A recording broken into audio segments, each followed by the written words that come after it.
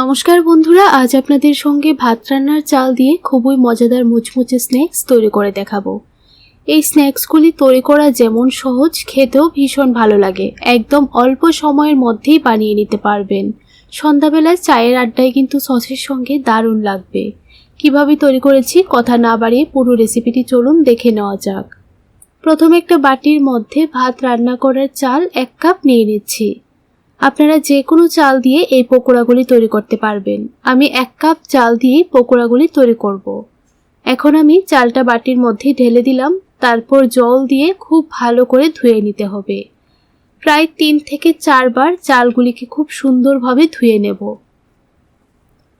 এইভাবে হাত দিয়ে কষলিয়ে কষলিয়ে খুব সুন্দরভাবে চালটা ধুয়ে নিতে হবে। তাহলে চালের মধ্যে যে ময়লাটা থাকে সেই ময়লাটা খুব সুন্দরভাবে উঠে যাবে। এইভাবে প্রায় 2 থেকে 3 বার ধুয়ে জলটা ফেলে দেব।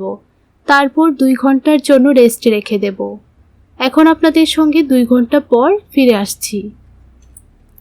বন্ধুরা, 2 ঘন্টা হয়ে গেছে। চালটা খুব সুন্দরভাবে ভিজে গেছে। দেখুন, একদম ভিজে কিন্তু ফুলে গিয়েছে।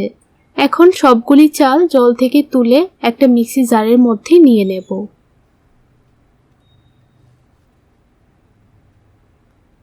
মিক্সি জারের মধ্যে সবগুলো চাল দিয়ে দিলাম। এখন দিয়ে দিচ্ছি 2টো সেদ্ধ আলু। আমি আগে থেকেই 2টো বড় সাইজের আলু সেদ্ধ করে রেখে দিয়েছিলাম। আলুগুলি দিয়ে দিলাম। তারপর স্মুথ একটা পেস্ট তৈরি করে নিয়েছি। খুব ভালো করে পেস্টটা তৈরি করতে হবে, যেন কোনো রকমের দানা দানা ভাব না থাকে। স্প্যাচুলা দিয়ে মিক্সিটা খুব ভালো করে পরিষ্কার করে সবটা পেস্ট নিয়ে নিলাম। দেখুন, পেস্টটা ঠিক এইরকম ভাবে তৈরি করতে হবে।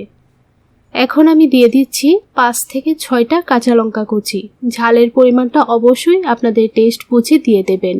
আমি এখানে 6টার মতো কাঁচা লঙ্কা কুচি করে দিয়ে দিলাম। এখন দিয়ে দিচ্ছি অল্প কিছু ধনেপাতা কুচি। ধনেপাতা একটু বেশি করে দিলে খেতে ভালো লাগে। এখন 1 টেবিলস্পুন দিয়ে দিলাম আস্ত জিরে। তারপর দিয়ে দেব স্বাদ মতো নুন। আপনারা চাইলে এখানে অন্য মশলাও অ্যাড করতে পারেন, যেমন চিলি ফ্লেক্স, আমচুর পাউডার, জিরে গুঁড়ো, ধনে গুঁড়ো। আমি এখানে খুব বেশি মশলা ব্যবহার করব না।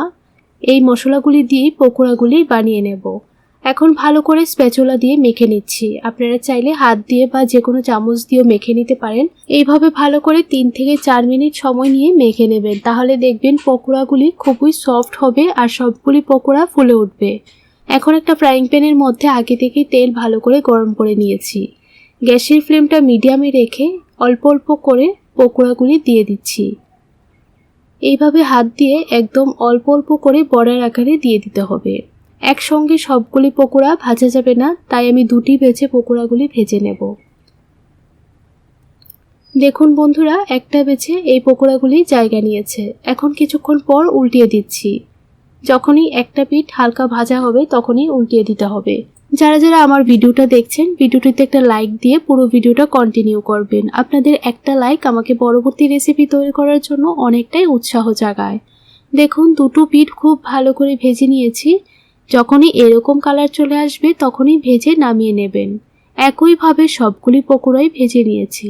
আপনারা যদি এই পকোড়াগুলি তৈরি করার 2 থেকে 3 ঘন্টা আগে চালটা ভিজিয়ে রেখে দেন, তাহলে কিন্তু মাত্র 10 থেকে 15 মিনিটের মধ্যে এই পকোড়াগুলি বানিয়ে নিতে পারবেন।